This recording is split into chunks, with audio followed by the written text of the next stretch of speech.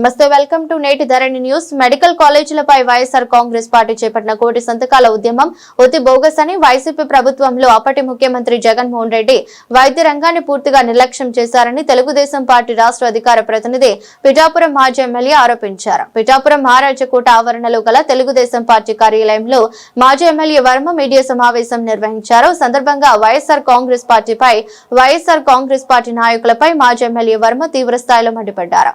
ఈ సమావేశంలో పిఠాపురం పట్టణ తెలుగుదేశం పార్టీ అధ్యక్షుడు బొజ్జా సతీష్, కొండేపూడి ప్రకాష్, సోము సత్యబాబు, గాది రాజబాబు, సకుమల్ల గంగాధర్, బర్ల అప్పారావు, అల్లవరపు నాగేష్ రాయుడు, శ్రీను కొరుప్రోలు, శ్రీను కోళ్లు బంగారావు, బాబు, మొల్లి నాగమిరెడ్డి, రాజు, పుణ్యమంతుల మూర్తి, సురవరపు సుబ్బారావు కార్యకర్తలు పాల్గొన్నారు. Public private partnership PPP mode. Public అంటే ఎవరు? ప్రభుత్వం.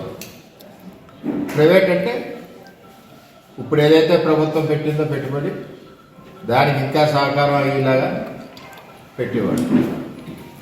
పార్ట్నర్షిప్లో ముందుకెళ్తుంది. ప్రభుత్వ యాజమాన్యంలో, ప్రభుత్వ యొక్క అండర్లో పీపీపీ మోడ్లో మెడికల్ కాలేజీలు ముందుకెళ్తాయి. ఇవ్వడానికి కారణం ఎవరు? జగన్మోహన్ రెడ్డి. ఎందుకు ఇవ్వాల్సి వచ్చింది? ఒక కాలేజీ పెట్టేటప్పుడు నీ దగ్గర ఫండ్ ఉందో లేదో చూసుకోవాలి కదా. నువ్వు దిగిపోయావు కదా. వచ్చిన కాలేజీ అందరికీ 1000 కోట్లు ఇచ్చి దిగాలి కదా. టెండర్ పిల్లాలి కదా. డబ్బు ఇవ్వాలి కదా. ఏ కాలేజీ కన్నా డబ్బు ఇచ్చావా? ఏమీ లేకుండా ఇచ్చేసి కూటమి ప్రభుత్వాన్ని బ్లేమ్ చేద్దాం. ఏదో తప్పు చేస్తారు. ఇక్కడ తప్పు చేయలేదే. అంటే నువ్వు చెప్పేది అంటే కాలేజీలు వద్దంటున్నావు. కాలేజీలు ఎంత పిల్లలకి అడ్మిషన్ పోతుంది చదువుకోవాలనుకునే వాళ్ళకి? ఏదైతే గవర్నమెంట్ నామ్స్ ఉన్నాయో, గవర్నమెంట్ రూల్స్ ఉన్నాయో, గవర్నమెంట్ అండర్లో ఈ 11 హాస్పిటల్ నడుస్తాయి. నువ్వు 11 హాస్పిటల్కి ఏమైనా డబ్బులు ఇచ్చావా? టెండర్ పిలిచినప్పుడు అర్థం ఏంటంటే హాస్పిటల్ యొక్క ఇన్ఫ్రాస్ట్రక్చర్తో పాటు మొత్తం ఎంత బడ్జెట్ అవుతుందో ఆ బడ్జెట్ టెండర్ పిలాలి. టెండర్ పిలిచిన తర్వాత అర్థం ఏంటంటే ఆ పిలిచిన టెండర్ డబ్బు ఆ కనెక్టెడ్ అకౌంట్లో డబ్బు ఉండాలి.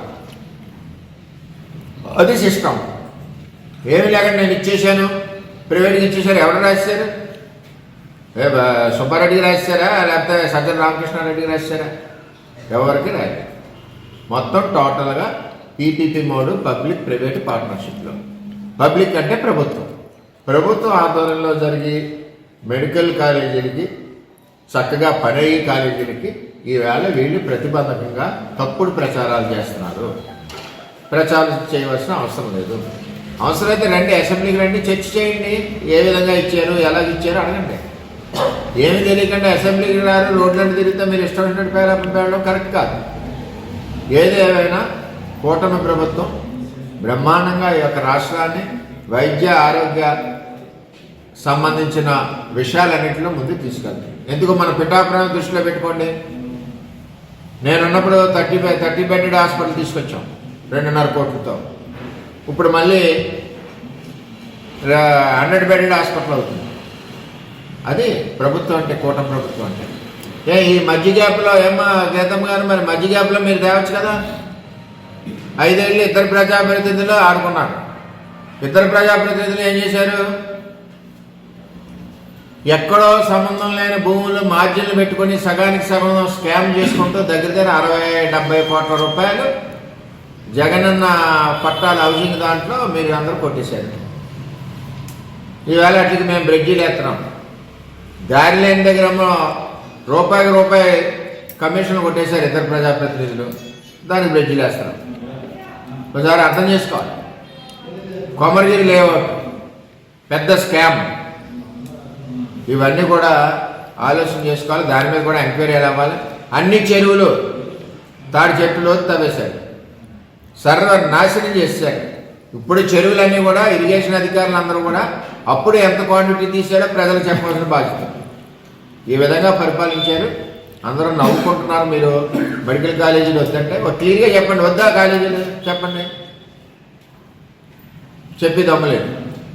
ప్రభుత్వ యాజమాన్యంలో ఈ కాలేజీలు ముందుకెళ్తున్నాయి. కొంత నిధుల కొరత ఉంది కాబట్టి కొంత ప్రైవేట్ నుంచి తీసుకుని ప్రభుత్వ యాజమాన్యంలో ముందుకెళ్తాయి. ప్రభుత్వ కాలేజీలో ఏ రూల్స్ అండ్ రెగ్యులేషన్స్తో ఉన్నాయో అదే రూల్స్ అండ్ రెగ్యులేషన్స్తో ఈ 11 మెడికల్ కాలేజీలు వెళ్తాయని చెప్పి చంద్రబాబు నాయుడు గారు చెప్పారు కూటమి ప్రభుత్వం తరఫున.